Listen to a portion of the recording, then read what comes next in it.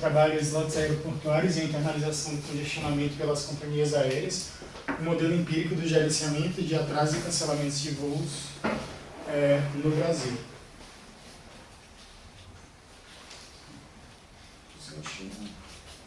Não está passando? Tá ligado? Tá bom.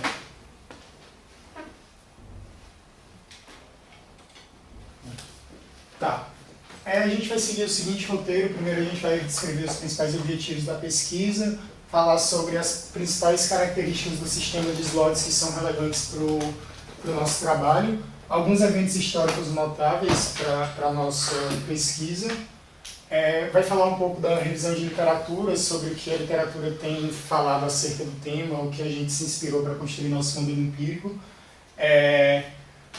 Em seguida, vamos descrever o nosso modelo econométrico e, por fim, vamos para os resultados e discussões. Vamos começar pelos objetivos. Então, os principais objetivos são avaliar a eficácia das regras de slots em evitar a deterioração do serviço de qualidade oferecido aos passageiros, levando em conta a internalização do congestionamento, e avaliar o efeito de reformas regulatórias e aquisições de slots sobre o incentivo das companhias em internalizar o congestionamento. Nossa principal contribuição na literatura é que até então, pelo nosso conhecimento, a gente não conhece nenhum estudo que relacione concentração de slots e a internalização do congestionamento. Além disso, não conhecemos nenhum estudo que fale, que relacione reformas regulatórias de restrição do uso do aeroporto com também a internalização do congestionamento. Além disso, a gente consegue tratar no mesmo framework o princípio da competição qualidade e internalização do congestionamento. E grande parte da literatura acaba focando mais em problemas de atrasos, nós vamos tratar de ambos os problemas, atrasos e cancelamentos. Agora vamos para as principais características do sistema de slots. A ANAC, para definir o sistema de slots, primeiramente ela define os aeroportos coordenados, que são aqueles cujo nível de saturação compromete qualquer um dos componentes críticos, como pista, pátio, terminal, em um determinado período do dia. E com isso são definidos os slots aeroportuários, que são horários de chegada e partida, alocados para o movimento de uma aeronave em uma data específica em um aeroporto coordenado. E isso ele pode ser entendido como um meio de controlar atrasos através do controle de demanda, e tem sido um dos métodos mais adotados do mundo para conferir à companhia o direito de usufruto em aeroportos cuja demanda supera a capacidade. Esse sistema aqui no Brasil ele é adotado apenas no aeroporto de Congonhas. Ele é bem comum na Europa, em que, inclusive na Europa, o conceito de slots ele não se restringe apenas às instalações aeroportuárias, mas sim todo o espaço aéreo, por ter um espaço aéreo mais restrito. E nos principais aeroportos dos Estados Unidos também podemos encontrar esse sistema. Para exemplificar a importância do sistema de slots, a gente traz o exemplo do aeroporto de LaGuardia, em Nova York, em que, em abril de 2000, o Congresso americano, visando expandir o transporte aéreo regional e facilitar incentivar a entrada das companhias o acesso a baixas localidades de difícil acesso, eliminou a regra de máxima densidade, permitindo que as companhias agendassem cada vez mais voos, e com isso o atraso médio subiu de 15 minutos em março para 37,86 minutos em setembro, esse é o atraso médio, fazendo com que nesse período 25% de todos os atrasos dos Estados Unidos fossem originados só nesse aeroporto. Então, no final do mesmo ano, o aeroporto estava completamente saturado, mais de 300 novos voos agendados, e em dezembro a FAA teve que intervir e voltar a limitar as operações no aeroporto.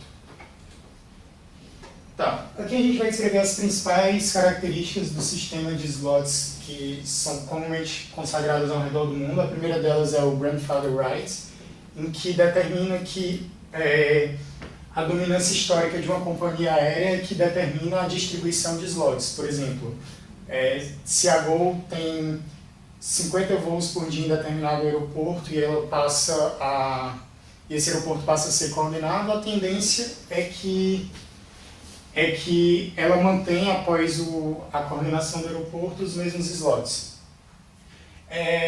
E a Use It or Lose It Rule, ela foi criada para garantir a eficiência no uso dos slots. Então a regra basicamente determina que as companhias têm a concessão desses slots, a menos que seja comprovada a má utilização, que são definidas por essa regra, que em geral determina critérios de pontualidade e regularidade para que a companhia possa manter a concessão dos slots.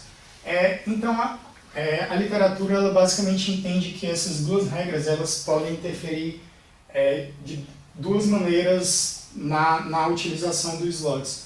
Sobre um certo ponto de vista, ela pode causar subutilização, mas pelo ponto de vista oposto, ela pode causar internalização do congestionamento. Primeiro a gente vai entender como é que a literatura interpreta a questão da subutilização. Primeiro, os slots eles são entendidos como um recurso essencial no mercado de transporte aéreo, ou seja, a companhia precisa disso para poder operar nesse determinado aeroporto. Então, se não for regulado corretamente, ele pode gerar um efeito de barreira de entrada para novos entrantes e prejudicar a concorrência no aeroporto. Então, acredita-se que com a distribuição de slots haja uma diminuição na concorrência do aeroporto e as companhias elas comecem a acumular slots que elas não têm interesse só para afastar a concorrência. Isso pode ser feito de algumas maneiras, como aumentando o índice de cancelamentos. Por exemplo, a companhia tem uma alta frequência de voos e o voo, vamos supor, das 3 horas ele está muito vazio, esse voo é cancelado, os passageiros são realocados para o voo seguinte, digamos 15, 20, e acaba que a percepção do passageiro em relação ao cancelamento acaba como sendo um atraso, mas isso acaba gerando uma subutilização do aeroporto, né? Porque esse slot ele podia estar sendo alocado para outras companhias que usariam esse bem mais produtivamente. Outro ponto interessante do Grandfather Right é que muitos autores eles criticam essa regra por não alocar a companhia, por não ser eficiente economicamente, ou seja, não alocar o bem para a companhia que necessariamente vai valorizar o uso dele. Mas em compensação, muitos autores eles falam da importância do Grandfather Rights no controle em garantir previsibilidade ao setor aéreo, ou seja, a companhia ela não quer de uma hora para outra perder muitos voos que ela tem. Então agora a gente vai entender como a literatura interpreta a internalização do congestionamento, e para isso a gente vai contextualizar o problema da internalização sobre a perspectiva das tragédias dos comuns. Primeiro a gente tem um recurso escasso, que no caso é a estrutura aeroportuária, onde as companhias elas tendem, escasso e ilimitado, em que as companhias elas tendem a usar o bem de forma irracional, sem se preocupar com a externalidade que elas geram, que no caso seria o congestionamento. Isso acontece porque as companhias, em geral, elas acabam não tendo incentivo de internalizar os custos do congestionamento, porque ela não tem como garantir o retorno sobre o investimento que ela está fazendo sobre essa internalização. Então, daí entra o agente externo, que tem a função de prover qualidade de serviço e segurança aos passageiros, regula o setor garantindo direito de propriedade, que no caso seriam os slots para as companhias aéreas. Então, com isso, a distribuição de slots ela pode ser entendida como o aumento de direito de propriedade da estrutura aeroportuária pelas companhias aéreas, e com isso espera que eles usem esse bem de maneira mais eficiente. Um ponto interessante é que, apesar da gente estar falando de direito de propriedade, os slots, eles ainda mesmo estando sob concessão da companhia aérea, eles estão sujeitos ao controle do governo. Então acaba que não é exatamente uma propriedade da companhia aérea. No caso do Brasil, o que as companhias são capazes de fazer com o slot é bem restrito. Por exemplo, na Europa, as companhias podem trocar os slots entre si. Essa troca no Brasil ela já é bem mais restrita, tem que ser companhias com características similares. Nos Estados Unidos, inclusive, é permitida a comercialização dos slots, que, ao nosso ver, garante muito mais direito de propriedade da companhia sobre a infraestrutura aeroportuária. Então agora a gente vai falar de alguns eventos históricos, dos principais eventos históricos do período. Em 1990, Congonhas se torna o aeroporto brasileiro com o maior nível de passageiros, com o maior movimento de passageiros. E em 1996, a demanda por esse aeroporto ela é tão alta que o sistema de slots ele passa a atuar nesse aeroporto. Então, até os dias atuais, ele é o único aeroporto brasileiro que funciona completamente por slots. E ele tem uma importância muito grande por estar localizado na principal metrópole brasileira. Então, ele acaba atraindo rotas muito lucrativas com passageiros que são muito menos sensíveis ao preço das passagens, mais sensíveis a outro tipo de produto, como frequência de voo ou qualidade de serviço. Em 2001, houve a terceira rodada de liberalização do setor de aviação civil. Nesse período, a maioria os principais mecanismos de regulação do setor foram quebrados e isso incentivou a entrada da Gol no mercado, que foi um marco muito importante para o mercado brasileiro, porque melhorou muito a concorrência. Alguns estudos apontam para queda de preço, internalização do congestionamento. E a partir desse período, o número de passageiros começou a crescer extensivamente no Brasil. Em 2003, com a desvalorização do real, as duas principais companhias na época, TAM e Varig, elas entraram numa forte crise financeira e com isso elas pediram para o CAD fazer um acordo de code share, que se diferenciou um pouco do padrão internacional de code share, porque ele costuma... as companhias elas costumam fazer o acordo com rotas complementares e no caso do Brasil esse acordo acabou acontecendo em rotas que as companhias já competiam previamente. Então o CAD em 2005 ele teve que intervir nesse acordo e cancelar por suspeitas de formação de cartel, aumento de preços e deterioração do serviço de qualidade. Em 2006, os slots em Congonhas são oficialmente criados. Isso, em parte, para oficializar a transferência dos slots da Varig para a Gol. E em 2006 também houve o acidente da Gol com o jato Legacy, que provocou o apagão aéreo no Brasil, em período de crise. Em 2007 ocorreu o acidente da TAM no aeroporto de Congonhas e isso fez com que o órgão regulador começasse a restringir mais as operações no aeroporto de Congonhas. Então ele criou regras de perímetro, proibindo voos com mais de 1.500 quilômetros de distância. Ele proibiu hubs, implementação de hubs no aeroporto de Congonhas e reduziu a capacidade para cerca de 52 para 33 voos na hora pico. Em 2014, o aeroporto de Congonhas aí começou a passar por um período de desregulamentação. Nesse período, o governo federal começou a querer intervir um pouco mais no aeroporto para incentivar a concorrência. Então, com isso, eles aumentaram um pouco a capacidade do aeroporto e distribuíram os novos slots criados para as companhias entrantes, que no caso são a Gol e a Azul e a Avianca. Ele permitiu voos em aeronaves com menores de 90 assentos. Isso beneficiou principalmente a Azul, que já possuía aeronaves desse porte, e ele quebrou a regra de perímetro. Agora a gente vai para a revisão da literatura, o que a gente usou para construção do nosso modelo empírico. Tá. Primeiro a gente vai falar dos principais determinantes de atrasos e cancelamentos na literatura.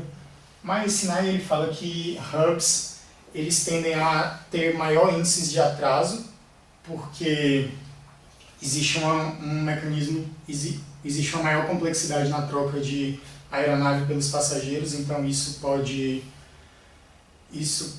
gerar mais atrasos, o aeroporto está mais sujeito a falhas. Em compensação, tende a ter menor índices de cancelamento, porque a companhia ela tende a despender um esforço maior para evitar os cancelamentos, já que um cancelamento em um hub acaba impactando muitos outros voos em muitas outras localidades. Bendinelli ele tratou da entrada de low cost na rota, ele mostrou que a entrada de uma low cost ela intensifica a internalização do congestionamento, não só nas rotas que a companhia está competindo, mas em outros também. Tá. Até em 2012 ele fala da largura dos banks de chegada e partida e do trade-off entre custos de congestionamento e custo de parada em solo. O que ele quer dizer? Na verdade, ele começa a tratar o problema da internalização do congestionamento, tratando que as companhias elas tendem a concentrar voos em determinadas horas pico, e quanto menor o período em que elas concentram os voos, acaba sendo maior o custo de congestionamento, pois um atraso ali ele acaba impactando em grande medida os outros voos, mas em compensação diminui o custo de parada em solo, ou seja, os passageiros eles têm uma maior comodidade, acabam tendo mais disponibilidade em pagar, a companhia também acaba tendo uma maior taxa de ocupação da aeronave, né? A aeronave fica menos ociosa, então ele estuda isso. O Greenfield ele foi o primeiro autor a sugerir que as variáveis de qualidade de serviço e estrutura de mercado deveriam ser tratadas endogenamente, porque a qualidade de serviço ela é função do market share, que por sua vez é função de variáveis como yield, que está relacionado com qualidade de serviço.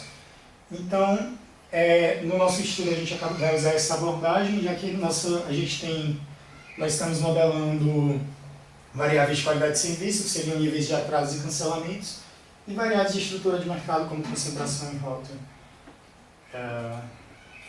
Ok, muitos autores eles tratam do princípio da competição-qualidade nas rotas, em que, à medida que a concorrência numa rota aumenta, os índices de atrasos tendem a diminuir.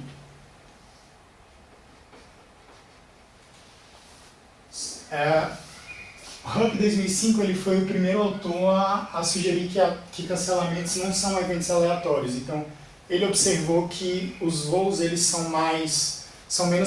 têm menos chance de atrasar em quintas, sextas, domingos, no último voo do dia e voos com alto load factor.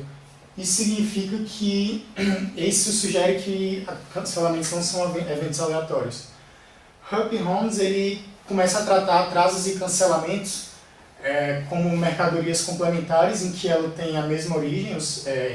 Isso faz com que um aumento de um esteja associado com o aumento da outra, ou mercadorias substitutas, em que as companhias podem estar aumentando o número de cancelamentos para melhorar a pontualidade dos outros voos. Martin, Weber e Barnett eles tratam do trade-off entre custos associados à recuperação do cronograma e custos de atraso, ou seja, ele trata de um modelo ele cria um modelo de decisão para saber se vale a pena, dado que a aeronave está atrasada, gastar mais combustível para recuperar o cronograma, ou se é melhor arcar com os custos de realocação de passageiros associados ao atraso. Realocação e também de queda de disponibilidade de pagar, perda de fidelidade e tudo isso. Um estudo do Gao, em 2012, nos principais aeroportos americanos, ele mostrou que os slots não estavam sendo usados de maneira eficiente. Alguns dos slots, eles simplesmente não estavam alocados para nenhuma companhia aérea, em geral por não serem de nenhum horário atrativo. Ele observou que as companhias aéreas não agendam voos em todos os seus slots. As companhias cancelam alguns dos voos já alocados e observou que aeroportos que funcionam por slots tendem a operar com aeronaves menores do que aeroportos similares não eslotados. Isso sugere uma subutilização da estrutura aeroportuária, porque o aeroporto poderia estar transportando mais passageiros. Tá, Daniel ele foi o primeiro autor a sugerir o congestion price a fim de reduzir a demanda na hora pico e facilitar a internalização do congestionamento. Basicamente significa taxar as companhias aéreas pela externalidade que elas produzem. Esse autor ele mostrou que o congestion price tende a ser pouco efetivo em aeroportos muito concentrados, pois nele as companhias já internalizam o congestionamento. Ele mostrou a diferença entre a internalização do congestionamento sob o ponto de vista da companhia aérea e do passageiro. Sob a perspectiva da companhia aérea, ele basicamente mede atrasos em relação ao menor tempo de viagem que a companhia é capaz de fazer, e sobre passageiros, ele mede o atraso em relação ao cronograma estabelecido, ao horário pré-estabelecido de chegada. E com isso ele observou que as companhias elas tendem a internalizar o congestionamento sob o ponto de vista dela, mas não dos passageiros, que segundo ele é o driver mais importante, pois eles que têm a percepção da qualidade do serviço. Fusão e aquisição. Esse autor ele mostrou que a internalização do congestionamento após a fusão por meio de hubs secundários, ou seja, ele observou um efeito em que após a fusão de duas companhias, uma tendeu a transferir voos para outra, internalizando o congestionamento, diminuindo as taxas de atrasos num dos aeroportos. Dobson e ele mostrou que quedas nos preços, aumento de frequência de voos e ganho de eficiência produtiva após uma fusão entre companhias aéreas. Tá, agora a gente vai descrever o modelo econométrico. Aqui está basicamente o modelo conceitual que a gente se baseou para poder construir nosso modelo empírico, então que a gente tem atrasos, cancelamentos e velocidade das aeronaves sendo como variáveis independentes entre si. Nós temos variáveis, eventos exógenos interferindo nessas variáveis, como condições climáticas, condições de trabalho, regulamentação, que no caso é o principal. Regulamentação, fusões e aquisições, que são os principais eventos exógenos que a gente observa, que a gente vai estudar no trabalho, e variáveis de estrutura de mercado, como concentração de rota, concentração do aeroporto. Essas variáveis, todas elas afetam a qualidade do serviço em relação a preço, tamanho de aeronave, frequência de voo, shadow padding, que é um termo usado para descrever a prática das companhias aéreas em inflar o tempo de voo para meio que mascarar atrasos, né? Ela deixa, por exemplo, o voo, a companhia precisa de 3 horas para realizar aquele voo, ela marca, meio que deixa programado que esse voo vai durar um pouco mais para caso atrase, isso não entra para estatísticas, né? E não tem uma percepção de deterioração do serviço de qualidade. Aqui a gente tem o nosso modelo empírico. Eu vou descrever as variáveis uma por uma. Tá. As variáveis dependentes a gente usa o DDS del, né, que é o logaritmo da proporção dividido por 1 menos a proporção. O DDS de cancelamentos, atrasos, disruptions, que a gente define como a soma de atrasos e cancelamentos, aircraft size e o yield, né, que está relacionado com a receita das companhias aéreas. Tá. A gente agrupa as variáveis em alguns. A gente agrupa as variáveis para o primeiro grupo, Flights, Operations and Costs. Nós temos as variáveis Flights, que ela trata o número de voos em uma determinada rota em um determinado período. Pax per Flight, em que ela descreve o número de passageiros médio por voo na rota e no período. Essas duas variáveis nós tratamos ela endogenamente para acreditar que elas estão correlacionadas com fatores não observados no modelo, como o preço de passagem aérea, o número de funcionários e várias outras coisas. Max City Severity é uma variável que a gente usa para controlar o efeito de hub das companhias aéreas. Ela é bem similar que alguns autores usam, como Maya Sinai e Santos Robin, em que basicamente nós medimos nós quantificamos o hub pelo número de destinos servidos. Agora a gente vai para as variáveis de Disruption Management, que a gente tem Delay and Cancel Management, que a gente trata endogenamente também. Essa variável, basicamente, a gente usa o atraso no modelo de cancelamento e o cancelamento no modelo de atrasos, a fim de tentar capturar o efeito de trade-off entre atrasos e cancelamentos. Temos a variável de Schedule Padding, que a gente basicamente define a diferença entre o tempo de voo, o tempo médio de voo e o tempo mínimo de voo no período. Ela basicamente é uma medida do tanto que estão inflando os cronogramas. Max City Clock Disruption, que é basicamente uma variável de controle em que nós pegamos entre os aeroportos de chegada e partida, o que tem a máxima taxa de atraso e disruptions dos dois. Então, essa variável ela tem como função controlar alguns fatores não observáveis, como más condições climáticas de uma determinada localidade, coisas do tipo, e também o efeito de cascata de atrasos e cancelamentos, né? Agora a gente vai para as variáveis de Competition and Dominance. A gente tem a variável Codeshare Majors, que é um dummy no período de Codeshare entre a TAM e a Varig. A gente tem a variável CITPAIR-HI, que é o índice de concentração nas rotas para cada período. A gente tem, e MAX-HI, que é a máxima concentração entre o aeroporto de chegada e partida. Então, ela é uma medida de concentração no aeroporto. Ambas as variáveis a gente trata endogenamente, conforme aquela teoria que a gente falou de Greenfield, 2014, que trata variáveis de qualidade do serviço com variáveis de estrutura de mercado endogenamente. Por fim, nós temos as variáveis centrais do nosso modelo, que vão testar nossas principais hipóteses, que é a Slot Flight HHI, que ela mede a concentração nas horas picos, nas rotas que contêm slots. É interessante frisar que a gente está usando apenas a concentração nas horas picos, porque uma parte da literatura, Ata em 2012, ele fala que a internalização do congestionamento ela tende a ser maior nas horas pico, onde a concentração é maior. Então a gente usa essa métrica para poder pegar o efeito do impacto da concentração de slots. Por fim, um dos grandes desafios do trabalho também é tentar separar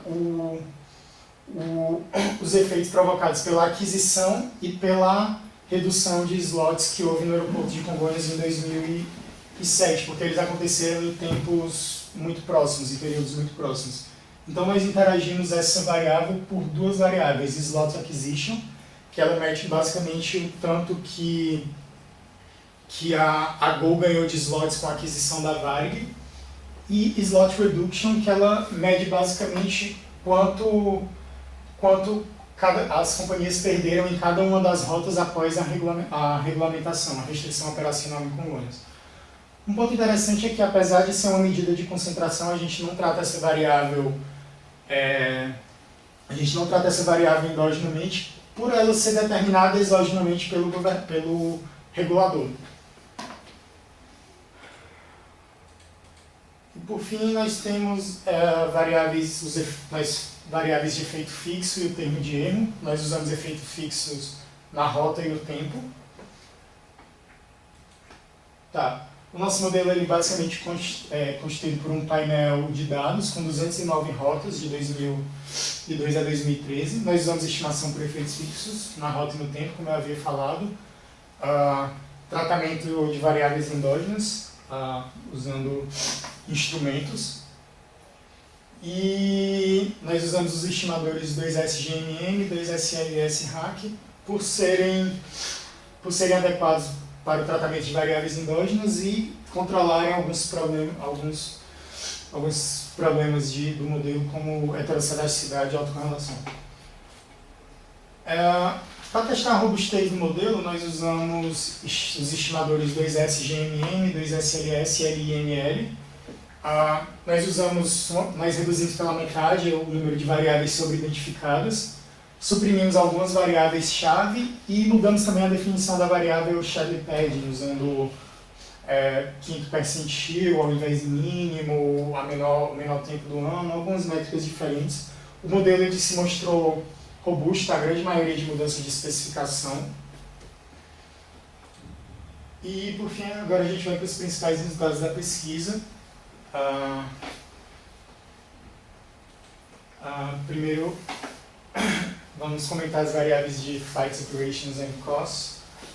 Para a variável flights, a gente observou que, apesar dos passageiros serem beneficiados por menor tempo de espera, maior frequência de voo, existe uma menor qualidade do serviço, porque a gente observa taxas de cancelamentos maiores.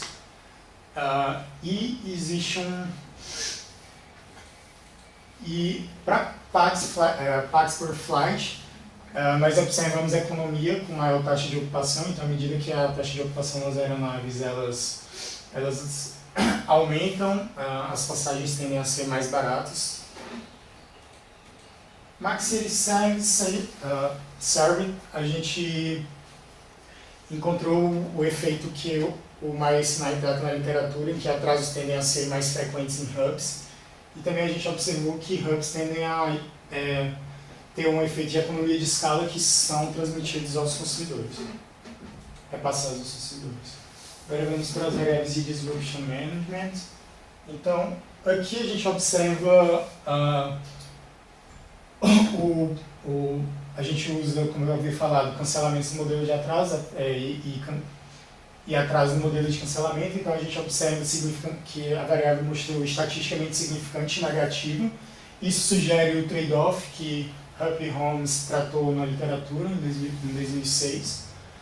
A gente observou também que os custos de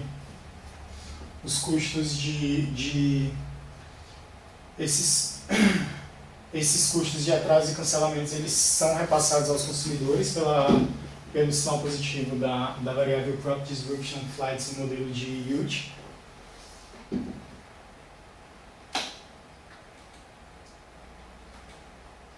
Tá.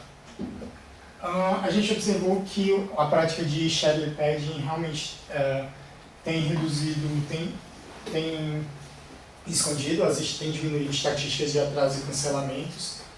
A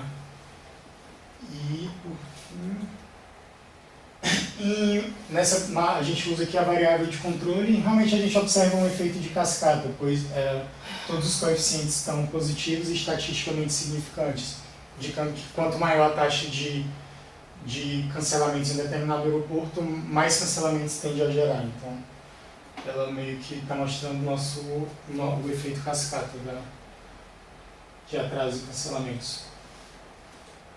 Opa, pulou aqui. Desculpa.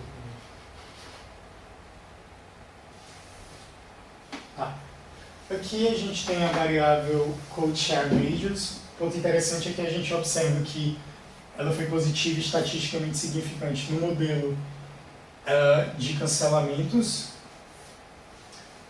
negativa no modelo de Aircraft Size e Alien Yield, ou seja, isso sugere uma deterioração do serviço de qualidade, já que os preços aumentaram e a qualidade do serviço ela foi reduzida. E durante esse período de code share, o que justifica a intervenção do CAD no período, né?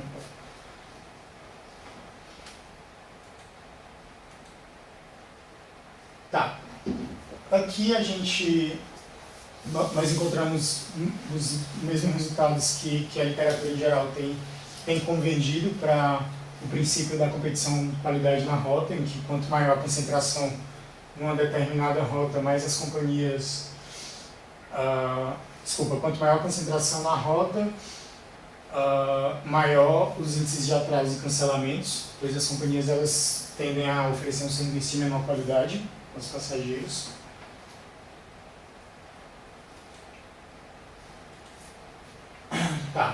aqui nós temos as variáveis de MAXI e HHI, que trata a concentração no aeroporto, em que a gente observa o efeito de internalização do congestionamento tratado pela literatura,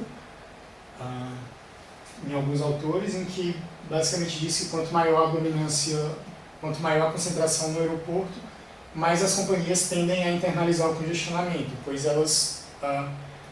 pois a externalidade que elas vão estar causando, ela acaba sendo transmitidas para elas, né? Então elas são prejudicadas pelos próprios atrasos e cancelamentos que elas provocam. A gente observa também pelo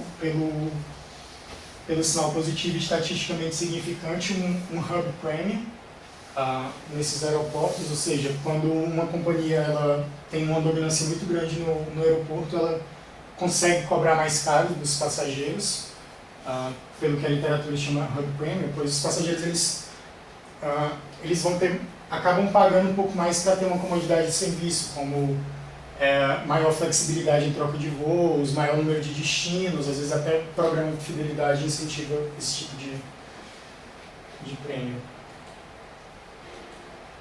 Tá, agora a gente vai para avaliar as principais hipóteses testadas no modelo. Primeiro a gente vai comentar slot flight HHI. A gente observa que à medida que a concentração de slots aumenta, tende a haver um efeito de internalização do congestionamento. Isso sugere que os slots eles estão sendo efetivos como política de mitigação ao atraso, por garantir direito de propriedade às companhias aéreas. Mais parte desses custos de internalização eles são transmitidos aos passageiros pelo coeficiente positivo estatisticamente significante no yield. Tá. Aqui a gente observa que após o período de aquisição da Gol, houve uma tendência de intensificação da internalização do congestionamento. A gente observa que houve disruption, em que a variável está negativa e estatisticamente significante no modelo de disruptions. Então, sugerindo que fusões não devem ser uma preocupação para o regulador em relação à deterioração do serviço de qualidade, no que tange a atrasos e cancelamentos, mas a gente observou a prática de slot hardening pelo coeficiente negativo e estatisticamente significante, sugerindo que as companhias passaram a usar aeronaves menores, né, em rotas eslotadas, que vai de encontro ao que o Fukui em 2012 descobriu, né, que em aeroportos eslotados tende a haver as companhias tendem a usar aeronaves de menor porte. Isso é uma forma de subutilização do aeroporto. E por fim a gente observou que houve um aumento dos preços, né, seguido da aquisição. Tá. Essa variável aqui, ela, como eu havia dito, ela trata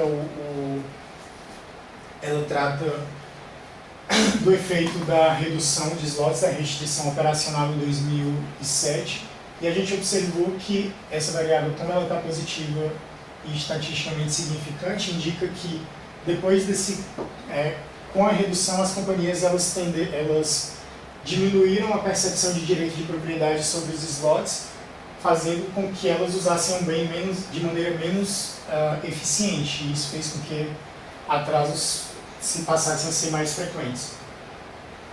Atrasos e cancelamentos. Cancelamentos dos grupos.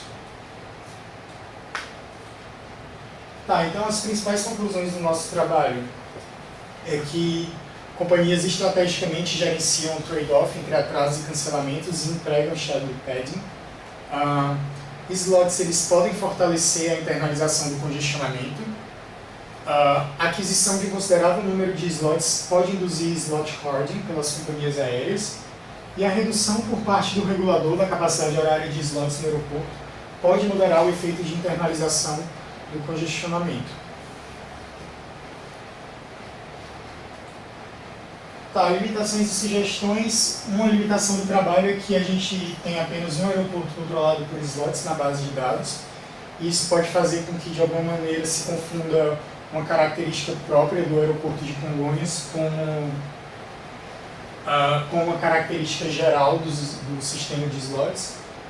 E uma sugestão seria o tratamento endógeno das variáveis de velocidade, atraso e cancelamentos de acordo com a teoria, de acordo com o gerenciamento integrado de tempo de voo e pontualidade das companhias aéreas. E é isso.